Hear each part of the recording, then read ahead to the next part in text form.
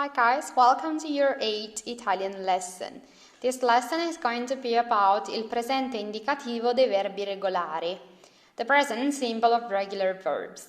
So, in Italian there are three different conjugation. The conjugation is the desinence, the last part of the verb. So, there is the first conjugation are, second conjugation ere, and third conjugation ire. There is also all verbs that end with ire, but they act differently from normal. So I put them here in this chart, and I'm gonna explain them to you. So what you need to do is read this chart and memorize it, because what happens when you conjugate the verbs in the present form is that you need to remove the desinence are, la desinenza, the desinence of the verb, and keep la radice. La radice is the part that comes before the desinence. For example, here I give you the verb amare. So the blue part is the radice, è la radice. La parte blu è la radice. La parte rossa, the red part, is the desinence, è la desinenza. And you need to remove that. So you need to keep and then put all the desinences that I gave you here in order to conjugate the verb for the first singular person, second, third, and so on. So it goes like that. I gave you, as an example of the first conjugation, the verb amare. Amo, ami, ama. Amiamo, amate, amano. Can you see that the always stays? So are is removed and it's swapped for o, I, a, iamo, ate, ano. Okay? And then second conjugation is ere, and I gave you as an example the verb perdere, to lose.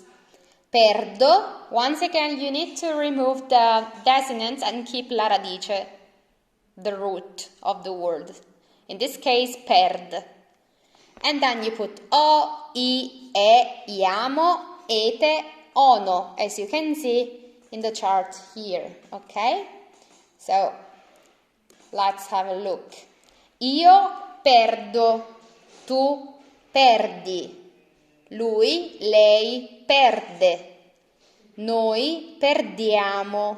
Voi perdete. Loro perdono. And it goes in the same way for the third conjugation ire. You need to remove the desinence ire and keep la radice, the root of the word, in this case dorm. And then all you need to do is add these letters here. So the verb that I gave in this case is dormire, to sleep. Dormo, dormi, dorme. Dormiamo, dormiamo, dormite, dormono.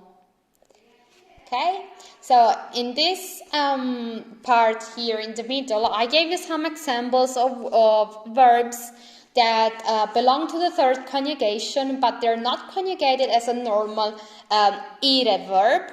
So this one here, they're conjugated like this. So you can find the letters that you need to put here. So you remove the desinence ire, but you need to swap these letters here with these ones. And I gave you some examples.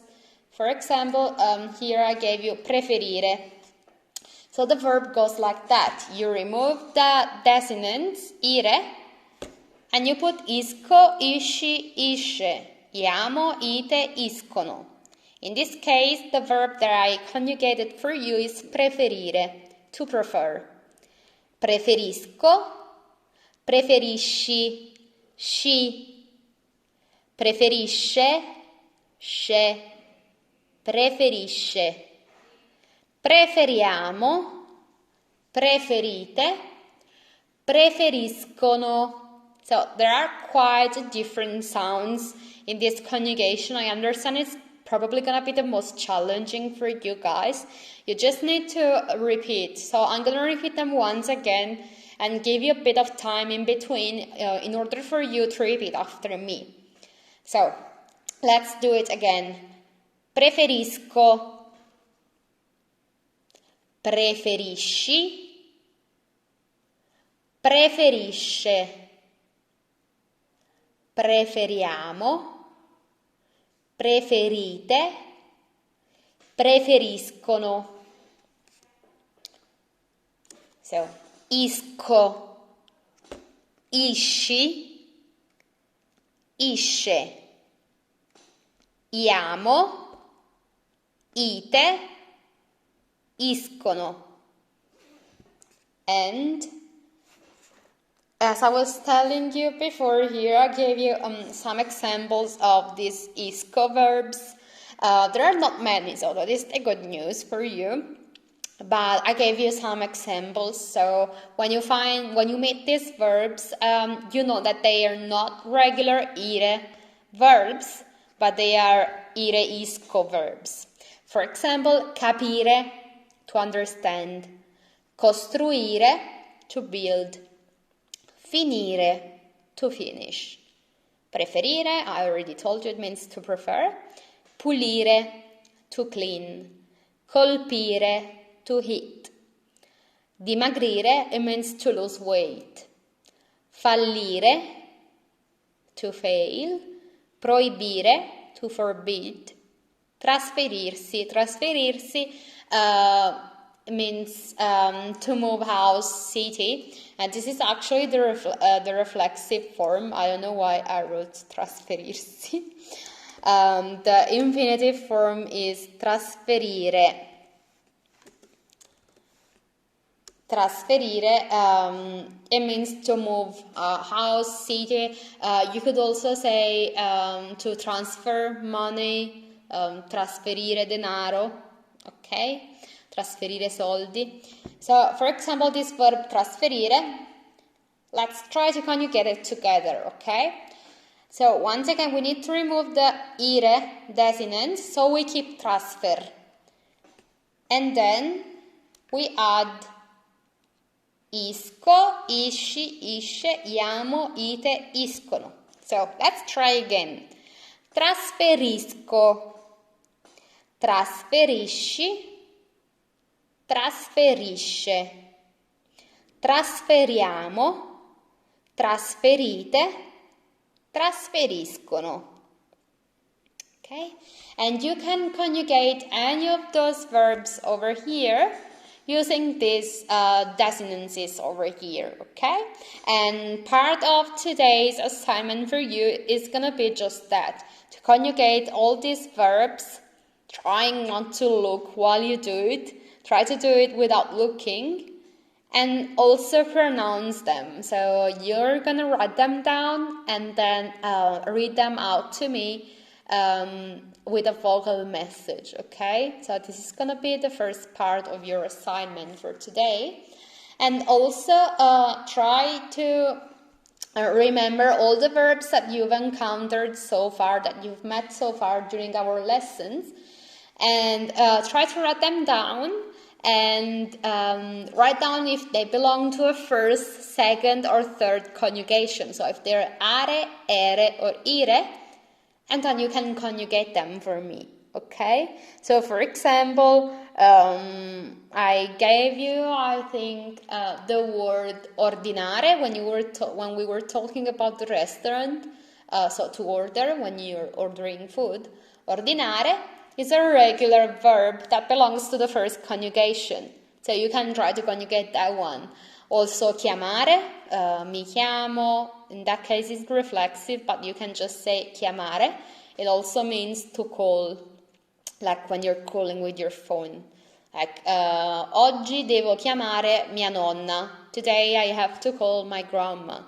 Chiamare is also a regular first conjugation verb, and it goes like chiamo, chiami, chiama, chiamiamo, chiamate, chiamano. Okay, so that's gonna be your first assignment. I'm gonna write it down anyway later on for you, so you can find it. Okay, so that was it about how to conjugate verbs that are regular, of course, that are irregular verbs. You've already met some of them, like dovere, potere, so sapere, so you already know that not all verbs are regular in Italian. So this is how to conjugate them. Let's see how to do the affirmative, interrogative, and negative form of Italian verbs. It is extremely easy. For the affirmative form, you already know it's like pronoun, that is optional, of course, we know that, and verb. For example, dorme sul letto, lui, lei dorme sul letto.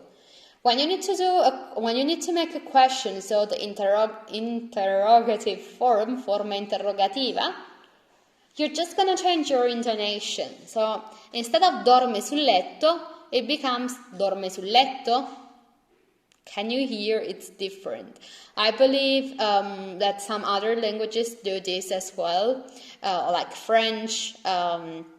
Like they also use this intonation thing when you make a question, and I'm not sure. Maybe do you do that in your language, or is it like English where you need to ask like, is she sleeping on the bed? So you need to either swap the verb if it's to be or to have, or add do to make a question. In Italian, it's very easy. You just need to change your intonation, and you've made a question. And for the negative form, it is also very, very easy. All you need to do is add non. Non dorme sul letto.